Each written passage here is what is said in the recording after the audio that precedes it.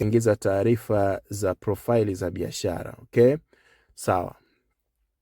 Kuna kitu kingine muhimu hapa, kuna profile za watumiaji, kwa maana ya kwamba kama ni admin, kama ni manager, kama ni cashier, unaingiza taarifa zao hapo. Lakini kumbuka, ili uanze kuitumia app haraka, anza na bidhaa. Kwa hiyo sisi tuanze kusajili mfano mmoja wa bidhaa hapa. Tuashumu tunafanya biashara ya kuuza bidhaa za rejareja dukani. Tuseme kwamba tuna Azam Juice kwa mfano, Azam Juice, Azam Mango Juice, Azam Juice ambayo ni mango au mengo, mnasema mengo sio? Lita 1.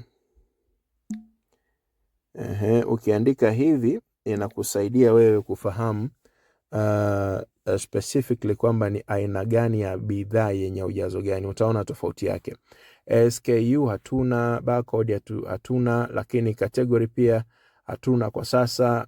Unit ni lita LT. Bei ya kununua tuseme ni shilingi 800 na bei ya kuuza ni shilingi 1500 kwa mfano. Kwa nini unapaswa uandike bei ya kununua? Yes, bei ya kununua shilingi 800 na bei ya kuuza 1500. Kwa nini uandike bei ya kununua? Kwa sababu hii ndio ile ambayo tunaita COGS, cost of goods sold. Okay? Ni thamani ya bei ya kununulia bidhaa. Okay? Sawa. Na kama kuna kodi unaweka na reorder level zikifika ngapi store uweze kuongeza, labda tuseme zikifika 15. Zikiwa 15 basi tupate taarifa ya kwamba kuna stock ya kuongeza. Hapa tuseme fuatilia stock, lakini kwenye mabano inasema sio lazima. Assumption ni kwamba ukiwa unatumia application hii ni tayari una duka ama unajiandaa kuwa na duka.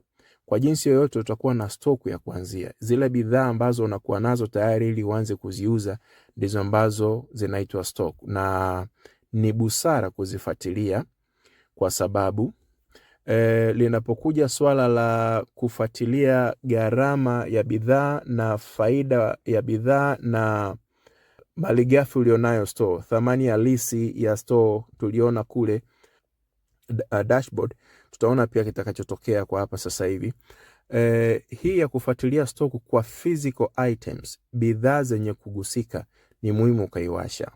Alafu unaandika idadi ya stock ambayo unaanza nayo. Tuseme kwa mfano Azam Juice ya lita 1 ni tunazo PC 50 kwa mfano. Okay? Labda tufanye kama 20 ili itusaidie kwenye kuona umuhimu wa reorder level, vile itatusaidia kufanya kitu pale. And then kama kuna maelezo yote ya bidhaa unaweza kuyaweka hapa, labda supplier ni Azam, supplier ni Azam, Azam, au unaweza ukaandika umeanza kuiuza bidhaa lini.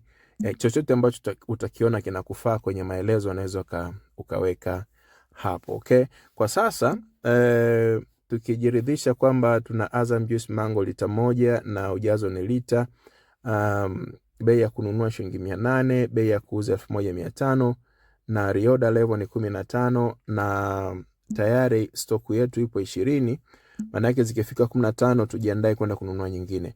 Tukasema save. Hii hapa inasema kwamba ni active. Ni active kwa maana ya kwamba bidhaa inauzika. Okay, ukisema active, hichi kitufe kinawaka. Ikiwaka maana yake bidhaa inauzika. Sema save. Utaiona hapa kwamba una Azam Juice Mango. Sasa umuhimu wa kuandika kwa usahihi kiasi hichi, umuhimu wake ni huu. Mara moja ukija kwenye ripoti ukasema muktasari, tukaiangalia tarehe ya leo. Okay, leo. Kwa hiyo tu Azam ambayo tumeingiza pale tukasema tengeneza ripoti. Kwa upande wa store tukasema tengeneza ripoti, itatuambia hapa vizuri kwamba kwa stock tulionayo Kilimani Stores tuna Azam Juice Mango lita 1 kama ambavyo tunaiona hapa, na store iliyopo ni 20, bei ya kununulia ni 800. Kwa gharama halisi ni 20 mara 800 ni 16,000. Bei kwa kipimo kwa maana ya kuuza ni shilingi 1500.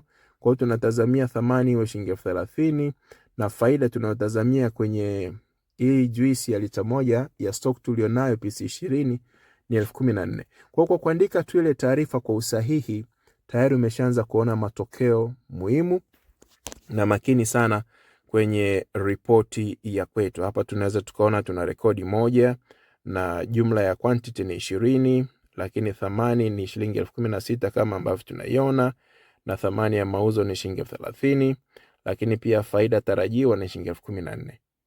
Unaweza kuanza kupata picha sasa.